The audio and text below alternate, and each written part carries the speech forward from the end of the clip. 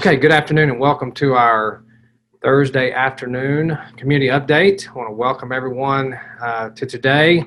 We're excited, as you can imagine, with today being our first day of school. I want to say thank you to all of our parents and teachers who have shared their first day of photos using our hashtag MISDProud. So please keep sharing those if you have any. We'd love to see many more out there.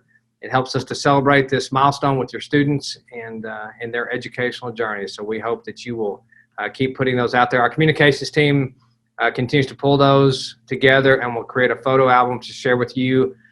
So please continue to put those out there. We love seeing all the smiles and excitement as we start this school year. So I want to take just a minute.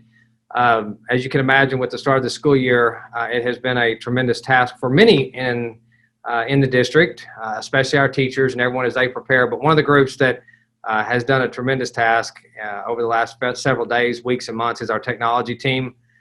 They distributed over 1,000 devices. They've ensured that our bandwidth is fully operational while keeping our students safe online. I know some of you are probably questioning that statement after what happened this morning, but that was a situation that really could not be avoided as it occurred from one of our providers that was outside of our district and really out of our control. But Mr. Caricani is going to talk a little bit about that in just a minute. But just want to say that our technology staff has done a tremendous job. They are the ones that are actually monitoring the hotline for technical questions. And please know that we are responding to those as quickly as possible. I think Mr. Caricani mentioned to me a little bit ago that we'd had several hundred, if not close to 1,000 inquiries on that hotline.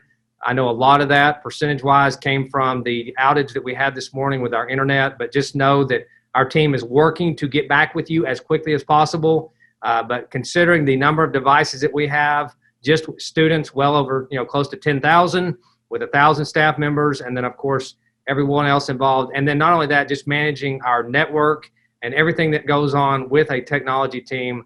I firmly believe that we have the best technology team in the state of Texas because it is a very small group of individuals that have to manage this on a daily basis, and we continue to work to try to grow that department and add support where necessary. But in the midst of all that we've been going through, they have done an amazing job, and they deserve just a compliment for what they've done. So speaking of that hotline, just to go back to that, if you're having technical difficulty or if you need any assistance, I'm going to give that number out again. It's 469-300-4849.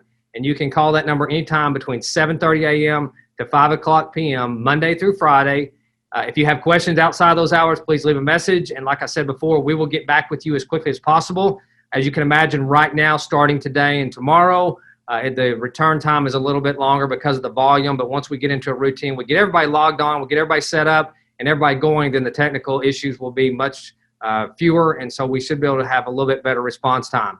Just a few other items. We continue to offer breakfast and lunch during the 3 weeks while we're on virtual learning for our students.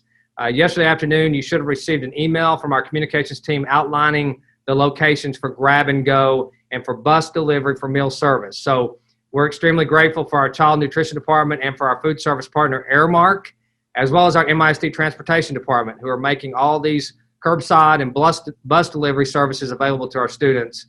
We're going to continue with the remote and curbside service for our virtual learners even after September 8th. So right now it's for all students that want to access that. After September 8th, it will be for all virtual learners when the kitchens reopen at each campus and our face-to-face students. Also, just a couple other items of note. Last Friday, you probably saw this on social media, but we had a virtual ribbon cutting for our Dietrich Middle School that was streamed live on Facebook. We hope you're able to watch it. Members of our Dietrich family, as well as representatives from Pogue Construction, our contractor, members from Huckabee Architects were on hand, along with the MISD School Board, and of course our principal, Amanda Rogers, to cut the ribbon and officially open that beautiful campus. And so if you haven't had a chance to check it out, please do so throughout this year. We're very proud of that and proud of the environment that's being created over there. And want to once again say thank you to our voters from the 2016 bond election who made this facility possible. And that was about 4 years ago when that bond was passed. A couple other things. Our Jenkins Early Learning Academy opened last Monday for all of our teachers and staff. We also have another major bond project at Heritage High School. And if you've been by that facility lately, you've seen the fencing going up. We've had the contractor has moved in, and they've begun a lot of work over there on that facility, just prepping for the construction. We will have an official groundbreaking ceremony in September. So please watch social media, and we will have that date out there soon. And then also behind the scenes, we also have the planning and design working and continuing for elementary number 8, which will be the last major project remaining in our 2016 bond program. And as you'll recall, that building will be built over at the intersection of Hawkins Run and 14th Street and will open in August of 2022. So at this point, those are really the updates that I want to go through, and then I'll come back and just hit on a couple of other things. But at this point, I want to turn it over to Mr. Garrett Connie to address some of the things from a technology standpoint, because I know that's on everyone's mind right now, trying to get your students logged on and get them active in their classes. And so, Mr. Garrett Connie, I'm going to turn it over to you at this point.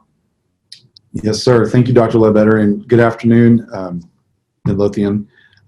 Just wanted to get on here and just to recommit and reaffirm our commitment to you to make sure that you get your student connected at home. I know we had the challenges this morning. It was alarming to us as it was to you because we had no issues up to this point, and we worked so hard, working last Saturday and Sunday getting devices out, working to get ClassLink up and running with all of the applications that students need to support online and virtual learning. And of course, we've had our team here. In addition to our team, we've placed some other paraprofessionals in our department from the campus level to assist us for a temporary period of time to help us get devices out. At this very moment, 2,094 phone calls have been placed into the support line, and I know because I'm looking at it, 956 of those calls have gone to voicemail. Even with 10 agents serving the virtual call center, you can imagine that only 10 people are going to get to a number of those calls. And I'm looking at the comments on Facebook, and I understand your frustration, and I understand that you've placed calls and you didn't get us and you haven't heard back from us. The good news is that the call center will allow you to leave a voice message, and we will be going through all 956 of those voice messages and getting back to you. In the meantime, what you could do, based off of what we learned about the interruption that we had this morning with our service provider, we have 2 internet service providers. One of our service providers happens to be Region 10, and it is our largest internet connection and the one that we depended upon the most to facilitate virtual learning. And, it went down. They were dropping packets over the internet connection, and so students were having issues getting connectivity into us and to the resources. And so, we failed over to our other internet connection while they worked to get that internet circuit back up. But we have learned that, and you probably already have tried this, but I just want to put it out there just in case for the 302 of you that are connected on Facebook and the 20 of you that are connected on Zoom here, have your student restart their computer. We do know that some students were able to get access to ClassLink but not get access to Canvas. A restart seemed to help that. You might try restarting your home internet router. Just so the DNS can update and all of the other type of resolutions, naming resolution will resynchronize with the various servers on the web and help your student get access. I know that at the elementary, your teacher may have given you a QR code to access ClassLink. That should work. If you received a QR code for any other application, you might just double check that with the teacher. But QR codes for ClassLink should work. If it doesn't work, we recommend that you try to log in with the information that you were provided from our district. So that would be your child's student number as the user ID, and then the last 4 digits of your student number plus the month, day of your child's birthday. So the QR code should work, but if it doesn't, you might actually try entering in that information. I'm just checking Facebook for any other. I'm so glad. I know 11 o'clock you finally got on. So glad to hear that you were able to get on. Help desk email, I think we have one of those, but we felt that the phone virtual call center would be the quickest way to try to get something to you, although I know we're struggling with that. We'll work on it. Any word on hotspots? Hotspots are being distributed now. You can request those through the virtual call center. And I know, once again, you're having trouble getting through that, but we'll be working through the voicemails. But we have hotspots ready to go for anybody that needs them. If you don't have internet in your home, we're not just giving away free hotspots, but if you have a legitimate need, we want to make sure that you have what you need to get your child connected. I'm not seeing really anything here. I'm just trying to immediately address anything that I can. can get to Canvas but not to Zoom. Yes, let me comment on that.